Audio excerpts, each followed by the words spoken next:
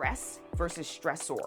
Stress, the thing we can measure in our body that's red alert, that's causing us to kind of be on edge and a lot of physical symptoms if it goes on for too long. And the stressor, which is the thing in the outside world that is causing us to think that there's a danger, whether or not it is true. Hey fam, today I'm going to be talking about stress versus stressors. What is the difference between them? Why do we even care? Well, let me tell you. If you're someone like me who has struggled a lot with stress, whether it's recently or for your whole life and whatever that's looked like, then understanding the difference between stress and stressors might very well blow your mind. And if you're already familiar with it, just being able to process it a little bit deeper is really helpful. I know this is something it took me a long time to wrap my mind around, but it is very often one of the things that we really need to understand if we've been running into blocks, actually reducing the stress in our lives, even if we've been doing stuff. And this is something that can just change the way you look at things. So if we think about stress, right? I know for a really long time, thought about stress as almost an emotional or a mental experience and kind of synonymous with whatever it was that was stressing me out. There was no space there. And it was only a few years ago, maybe 3-4 years ago, that I read this book by Dr. Emily Nagoski, called Burnout, in which she explains that stress, although we think that it's something that's going on in our heart or in our minds, is actually a physical experience in the body, one that can be measured. I had to read a few more books, especially one by Gabor Mate called When the Body Says No, before I fully understood kind of what this meant and how it impacts us. But here we go. I'm going to try and put it in simple terms. Basically, way back when, the things that stressed us out were pretty predictable. They were usually things that physically endangered us. They were things like getting chased by a hippo or chased by a lion. And our body knew how to respond to those stresses, and it knew how to communicate with us. So, you would identify something that was a real threat to your life. Maybe you'd hear a sound like a crack in the woods. And all of a sudden, your body starts going into yellow alert mode and starts going, danger, danger, alert, alert. And it starts making all these decisions. It kind of hijacks your brain. It goes into survival mode and says, okay, we're going to run or we're going to fight. And depending what it decides has the most likeliness of actually helping you survive, you then will have the energy in your legs to run and run away, or you will turn and you will punch that lion in the face. Maybe not. And even if you do run away, you like get back to your village and there's this big cheering that you escaped or that they go out and get it. And it was all very physical, and your body knew when the danger was over. And this is where it starts to get really important, especially when we think about modern day.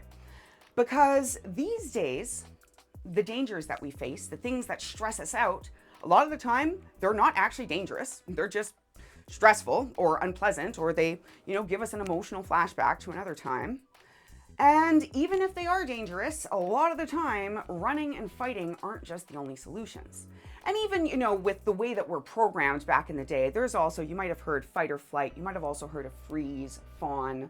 There are other decisions that our body might make. But the important thing to think of here is that when the danger was over, we had a way of signaling to our body that was part of the experience itself.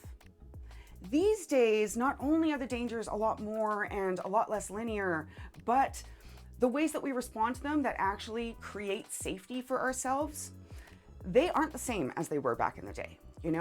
A deer today versus 200 years ago, if it gets chased by a wolf or a cougar or something and it nearly dies, eventually it knows the danger's over. It knows to run. It's probably not going to fight, but it might.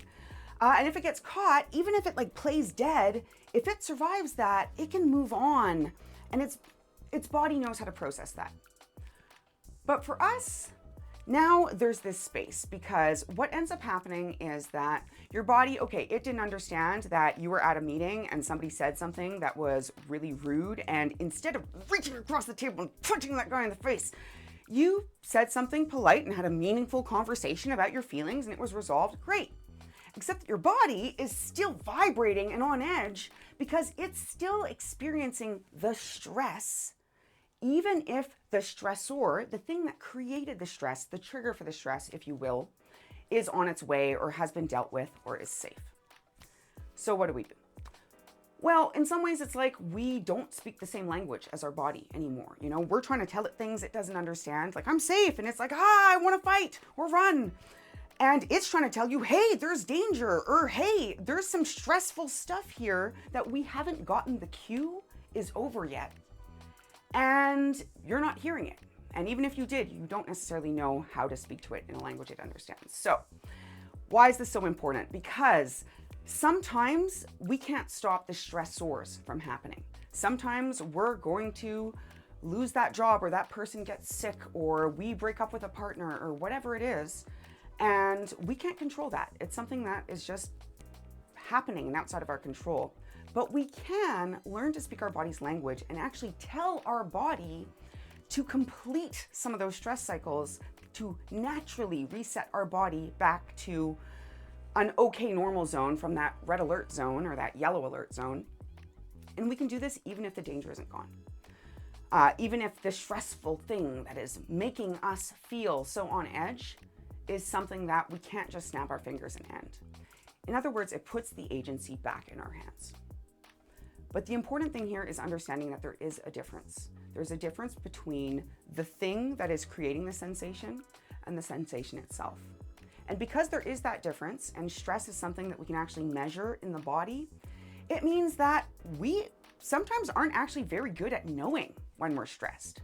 If you're anything like me and like a lot of people out there, and you have not just months, not just years, but decades of stressful situations that your body did not get the cue, okay, it's over now, we can relax, then it's gonna be hard sometimes, because I know I thought I was relaxed. Even when I thought I was at my most relaxed, I was still in a state of anticipating threats, in a state of basically unfinished fight or flight.